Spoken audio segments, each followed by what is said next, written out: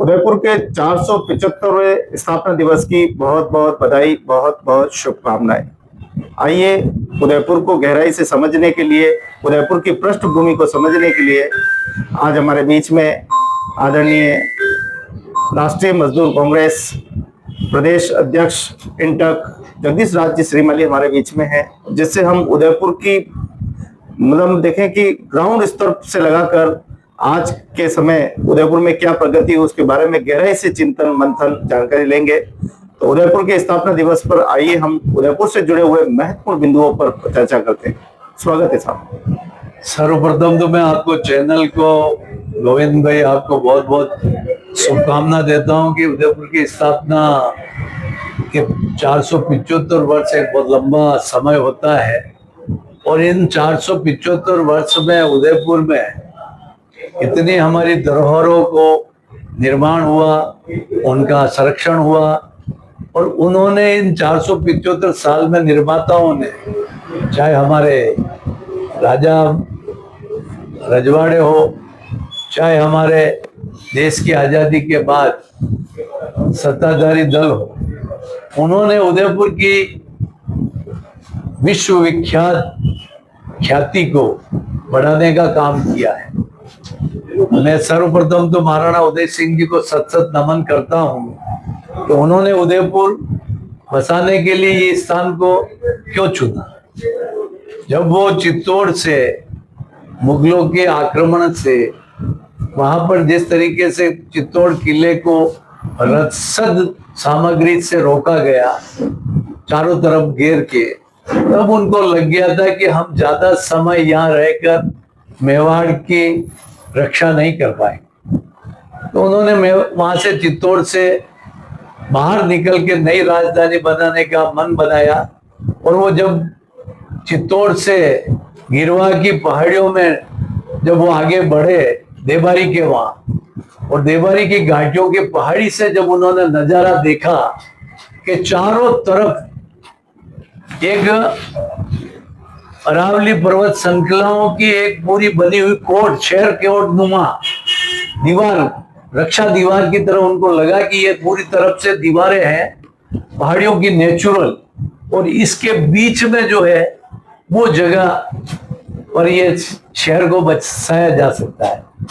उस समय में बहती हुई नदी जो बेड़च और आहड़, इन दोनों के बीच में जो स्थान था और इस स्थान को उन्होंने चुना, और वो वहां पर जो संत मुनि थे, उन संत मुनि जी के आग्रह पर उन्होंने उदयपुर के राजमहल की स्थापना की।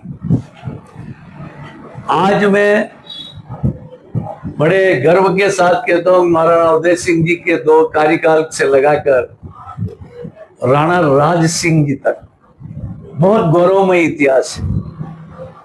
उठा के आप देखिए कैसे उन्होंने मुगल आक्रांताओं से लड़ना और उसके साथ साथ विकास करना। जब हिंदुस्तान के सारे राजा रजवाड़े निजाम सभी मुगल आक्रांताओं के सामने सर झुका रहे थे, लेकिन मेवाड़ के शासक भगवान एकलिंग नाथ का आशीर्वाद लेकर वो अपने दीवान का दायित्व जो हारित राशि ने उन्होंने जो पदवी दी और जो गद्दी दी, उसका धर्म का कुल गुरु के बताए हुए रास्ते पे चलते हुए पालन कर रहे थे। एक तरफ लड़ते भी रह रहे थे और एक तरफ विकास की तरफ बढ़ते भी रह रहे। आज जो जल संरक्षण की परिकल्पना लोग वैज्ञानिक युग में इंजीनियरों के माध्यम से कर रहे हैं, अब उस समय में सोचिए कैसे उन्होंने हमारे पिछोला को, स्वरूप सागर को और फतेह सागर को, गोवर्धन सागर, दूध तलाई, उदय सागर, ऐसी 7 झीलों का निर्माण एक उदयपुर शहर के लिए किया गया और एक दूसरे का वाटर सिस्टम है। एक बढ़ेगा आगे बढ़ेगा, दूसरा बढ़ेगा आगे बढ़ेगा, और इस तरीके से जो उन्होंने जो वाटर सिस्टम डेवलप किया उस जमाने में, ये कितनी बहुत बड़ी बात। तो आज उसके बाद हम भाग्यशाली हैं कि देश की आजादी के बाद राजस्थान के मुख्यमंत्री मोहनलाल जी सुखाड़िया का बनना, और वो उदयपुर के लिए बहुत खुशी की बात थी। और उन्होंने उसको आगे बढ़ाते हुए जो उनकी परिकल्पना थी कि देवास प्रोजेक्ट की, कि ये जिले 12 महीना भरे रहे। अभी आपने देखा होगा कि कुछ दिनों पहले आकोदड़ा और मादड़ी डैम का पानी छोड़ा गया और अभी जिले लबालब भरी हुई पिछोला करीब करीब भरा हुआ है, फतेह सागर 1-1.5 फीट खाली। ये उनकी परिकल्पना थी जो देवास प्रोजेक्ट लेके आए थे, कि जो हमारा पानी वेस्टेज गुजरात जा रहा था साबरमती बेसिन का, वो पानी को यहाँ डाइवर्ट करके जिले को लबालब भराया जाए। उनकी तो और परिकल्पना थी कि ये तो हमारा उदयपुर शहर को वो इटली के वेनिस सिटी की तरह देखना चाहते थे, लेकिन वर्तमान राजनीतिक दलों के नेताओं की इच्छा शक्ति कमजोर होने की वजह से वो सपना साकार नहीं हो पाया। वरना उन्होंने बहुत अच्छे कार्य किए, बहुत अच्छी यूनिवर्सिटी लेके आए। यहाँ के बच्चों को कोई बाहर पढ़ने के लिए बाहर नहीं जाना पड़ता था। मेडिकल यूनिवर्सिटी उस समय बहुत दुर्लभ थी। आज तो बहुत मेडिकल सिटी यूनिवर्सिटियां प्राइवेट आ रही, लेकिन उस जमाने में एग्रीकल्चर यूनिवर्सिटी और जनरल यूनिवर्सिटी, 3 यूनिवर्सिटी उन्होंने उदयपुर को दी। तो ऐसे उनको भी मैं इस मौके पे याद करता हूँ। अब मन में मलाल ये आता है कि हमारे जो विरासत सौंप के गए और उस विरासतों का वर्षों तक उसका सदुपयोग किया, नाम पद प्रतिष्ठा सब प्राप्त की, चाहे राजा महाराजाओं के साथ रजवाड़े हो, उन लोगों को। और वर्तमान सरकार से मैं निवेदन करना चाहता हूं कि ये जो हमारे जो विरासत जर्जर हो रही है, ये खंडर के रूप में तब्दील हो रही है। हम नया नव निर्माण नहीं कर पाए। हमारे पूर्वज जो नव निर्माण करके गए उसकी विरासत को हम सहेज ले, उनको सही टाइम पे रख रखाव कर ले, उनका मरम्मत कर ले, उनको रिपेयरिंग कर ले और उनको अपन धरोहर को आने वाली पीढ़ियों के लिए सौंप के जाए। आज बड़ा दुख होता है, हम जहां पर भी जाते हैं, जो हमारा सबसे पहले मेवाड़ की राजधानी नागदा, जहां बाबा रावल ने अपना शासन शुरू किया था, हरित राशि के आशीर्वाद से भगवान एकलिंगनाथ को राजा मानकर, वो नागदा के आसपास में जितने ही वो पौराणिक मंदिर, वो राजप्रसाद, वो बावड़िए, वो तालाब, वो मंदिर, वो जीर्ण शीर्ण हो रहे, उनका कोई धनी धोरी नहीं है। आज उनको कौन रख रखाव करेगा? या तो राज्य सरकार, केंद्र सरकार, या फिर राजा रजवाड़े जिनके ट्रस्ट बने हुए हैं, वो इनके द्वारा इनको करना चाहिए। मैं इस मौके पर वापस मेवाड़ वासियों को, शहर वासियों को बहुत बहुत शुभकामना देता हूं और एक अपील करना चाहता हूं। ये अपना शहर है, ये पहाड़ियों को काटा जा रहा है, ये आर्थिक लाभ प्राप्त करने के लिए, आर्थिक लाभ प्राप्त करने के लिए हमारे जो नैसर्गिक सौंदर्य दिया है, ये नैसर्गिक सौंदर्य प्रकृति से मिला हुआ, जिसमें हमारी हरी भरी वादियां, हमारे झरने, हमारे राजप्रसाद और हमारे जो ये झीलें और बावड़ियां, ये हमारी जो धरोहर है, उनको हम शहर वासियों को, स्थानीय निवासियों को आगे आना चाहिए। हम सरकारों के और जिम्मेदार पदाधिकारियों के या अधिकारियों के ऊपर विश्वास करके बैठेंगे तो ये उनके सामने, वो तो अपने निर्वहन में, पद के निर्वहन करने वाले लोगों के आंखों के सामने बड़ी बड़ी मशीनें चल के पहाड़ों की कटाई हो गई। आज झीलों में 4-4 फीट, 5-5 फीट मिट्टी भरी हुई माद है, उनको खाली नहीं किया जा रहा है। भाई जल की भराव क्षमता कम हो रही है, जलकुंभियां पनप रही है, ऐसे प्रदूषित अपने आय के लिए मछली को ठेके दिए जा रहे हैं, जबकि मछलियों से पानी को शुद्धिकरण किया जाता है। इन सब चीजों से उदय सागर में अभी 3 किलोमीटर जलकुंभी बिछी हुई है पानी पर। ये क्या है?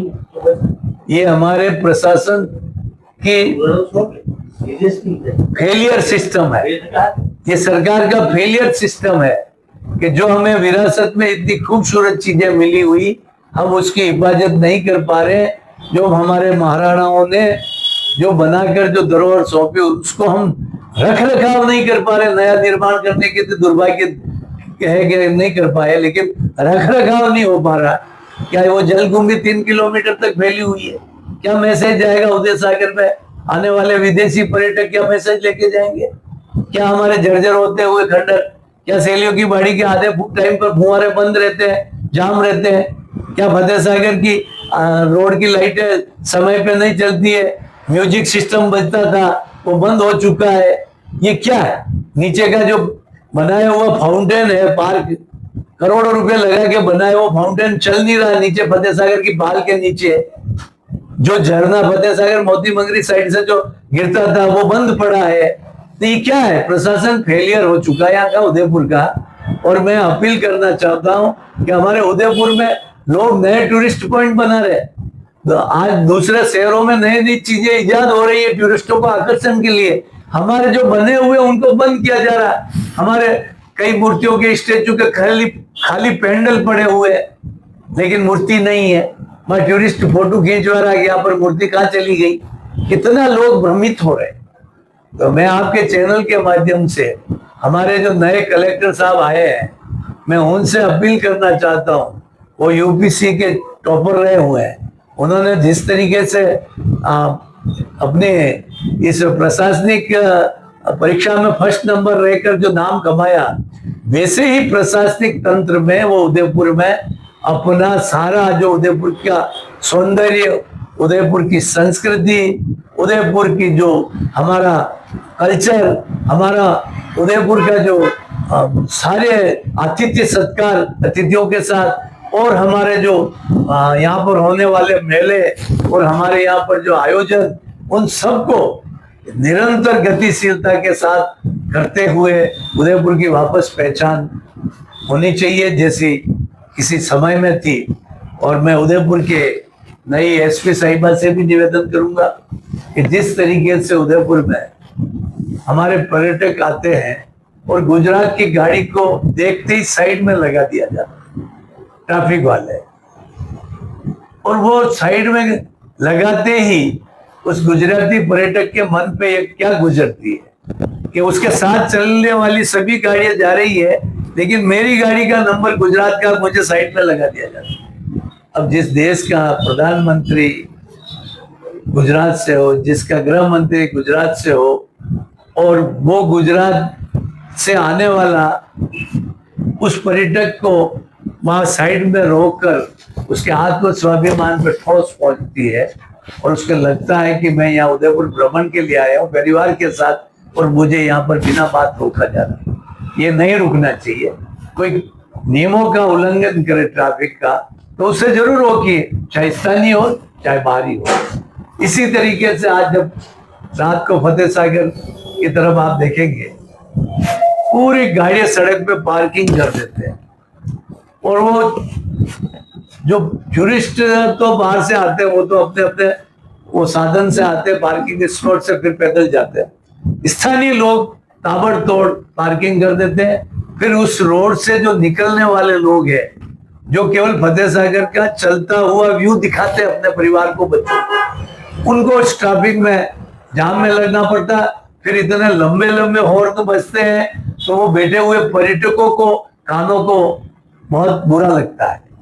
ये सारी चीजों को देखते हुए एसपी साहिबा को भी ट्रैफिक के बारे में, और जो हमारे उदयपुर शून्य अपराध रहे, ये बहुत ही हमारा उदयपुर बहुत ही शांतिपूर्वक क्षेत्र रहा है, ऐसी मैं कामना करता हूं। और मैं इस मौके पे यूडीए और नगर निगम के अधिकारियों से भी निवेदन करना चाहता हूं कि उदयपुर के हर चौराहे पर, उदयपुर के प्रवेश द्वार पर इस तरीके से लोगों को एहसास होना चाहिए कि ये दुनिया का सर्वश्रेष्ठ शहर रहा है, और पर्यटक वहां प्रवेश कर रहे हैं तो उनको एक अनुभूति होनी चाहिए। इस तरीके से वहां पर हमारी कोई लोक कला हो कि झांकी हो, आर्ट हो, या हमारे जो सर्कल है वहां पर इस तरीके से आभास दिया जाए। जैसे आज विदेशों में हम जाते हैं तो वहां पर जैसे अनुभूति होती है अलग अलग जगह पर, तो इस तरीके से हमारे यहाँ पर भी ये व्यवस्था होनी चाहिए।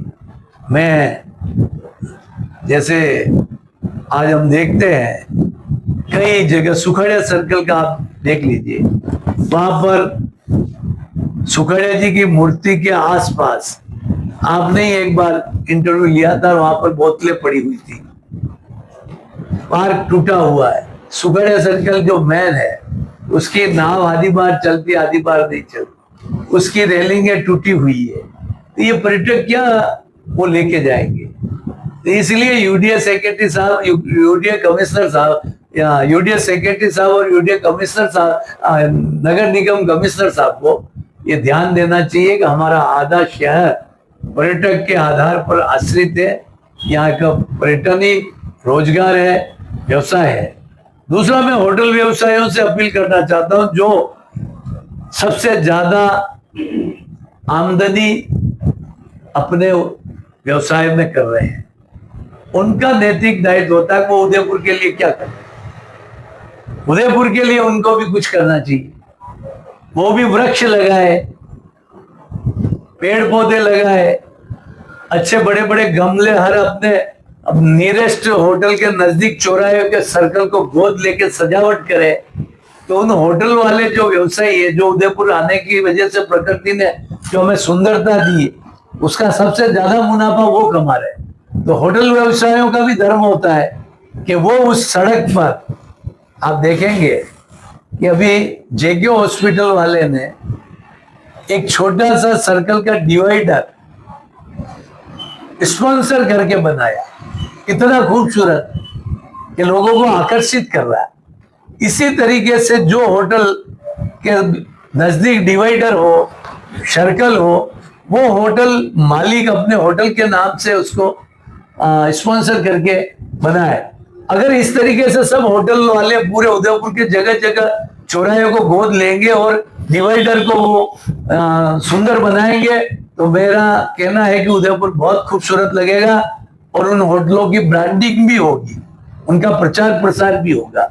तो इन सब विचारों के साथ मैं पुनः हारित राशि को नमन करता हूं, जिन्होंने बप्पा रावल को मेवाड़ का प्रथम दीवान घोषित किया भगवान एकलिंगनाथ के आशीर्वाद से, और उन्हीं के वंशज जो चित्तौड़ से उदयपुर आकर उदयपुर को राजधानी बनाया, महाराणा उदय सिंह जी को नमन करता हूं। और उन्हीं के सारे वंशज, चाहे महाराणा प्रताप हो, राणा सांगा हो, राणा राज सिंह जी हो, राणा हमीर हो, कुंभा हो, मैं उन सबको भी नमन करता हूं कि जिन्होंने महाराणा सज्जन सिंह जी को जो सज्जनगढ़ मानसून पैलेस बनाया, जो गुलाबबाग सज्जन पार्क ग्राउंड ये बगीचा बनाया है गुलाबबाग के नाम से, तो महाराणा कर्ण सिंह जी जिन्होंने जग निवास बनाया, जहां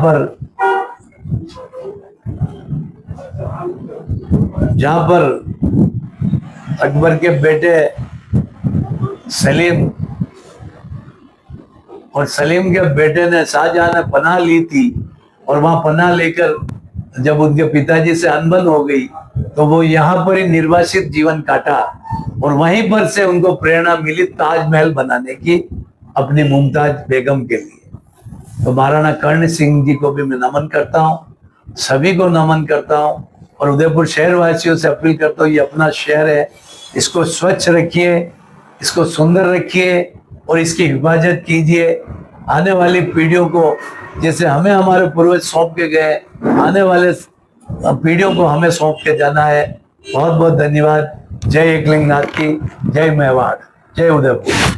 कल जो मीटिंग हुई थी, जो चर्चा हुई थी, जो संगोष्ठी उदयपुर हुई थी, वहां एक बात निकल के आई कि अब इतिहासकारों को भी आगे आना पड़ेगा। तो उन्होंने कहा कि क्यों ना हम भी एक ज्ञापन लेके कलेक्टर के पास चले और एक ज्ञापन हम भी दें कि भाई उदयपुर की ऐसी दुर्दशा क्यों है, आप उदयपुर का संरक्षण नहीं कर पा रहे हो। जबकि अन्य शहरों को लाखों का करोड़ों का बजट मिलता है स्थापना दिवस पर। उदयपुर के लोगों को पता नहीं कि उदयपुर के प्रशासन को पता नहीं कि उदयपुर स्थापना दिवस है। ये दुर्भाग्य की बात है। ये राजनीतिक इच्छा शक्ति की कमी, नेतृत्व मजबूत होता है, वहां बड़े बड़े फेस्टिवल आयोजित होते हैं, बजट राज्य सरकार से, पर्यटन विभाग से आ जाता है। लेकिन दुर्भाग्य है कि उदयपुर का स्थापना दिवस है और उदयपुर में कोई चहल पहल नहीं हुई। कोई संगीत, कोई लोक संगीत का कोई कार्यक्रम नहीं हो पाया, न कोई चौराहों की सजावट देखी गई, न कोई सुंदरता दिखी गई, न कोई कवि सम्मेलन हुआ, न कोई भक्ति संध्या हुई। कोई उदयपुर में जो स्थापना दिवस में हमें कोई देखने को नहीं मिला। यह दुर्भाग्य है कि हम किस दुनिया में रह रहे हैं कि आज आदमी जब एक जन्म लेता है तो वो एक जन्म दिवस को भी सेलिब्रेट करता है। ये तो पूरा शहर बसा हुआ है और इस शहर में लाखों लोग निवास कर रहे हैं और हजारों लोग यहाँ घूमने आ रहे हैं पर्यटक के तौर पे। इस शहर का स्थापना दिवस मनाने के लिए ना प्रशासन को समय मिला, न राजनीतिक दलों को मिला। इसलिए इतिहासकारों का दर्द सही है, मैं उनका समर्थन करता हूं। अब ये इतिहासकारों को और पत्रकारों को ये बात उठानी पड़ेगी। उदयपुर के अस्तित्व को रक्षा करने के लिए, बचाने के लिए अब भाई पत्रकार, मीडिया बंधुओं और इतिहासकारों को, कलमकारों को और कवि लोगों को, इनको आगे आना पड़ेगा ये उदयपुर के अस्तित्व की रक्षा के लिए और उदयपुर के गौरव को बचाने के लिए। बहुत बहुत धन्यवाद देता हूँ कि आपने मुझे इस मौके पे, आपने मेरे विचारों को आपने साक्षात्कार के माध्यम से लिया और मेरी भावना और मेरी बातों को आप जन जन तक पहुंचाएंगे। बहुत बहुत धन्यवाद गोविंद जी, बहुत बहुत धन्यवाद।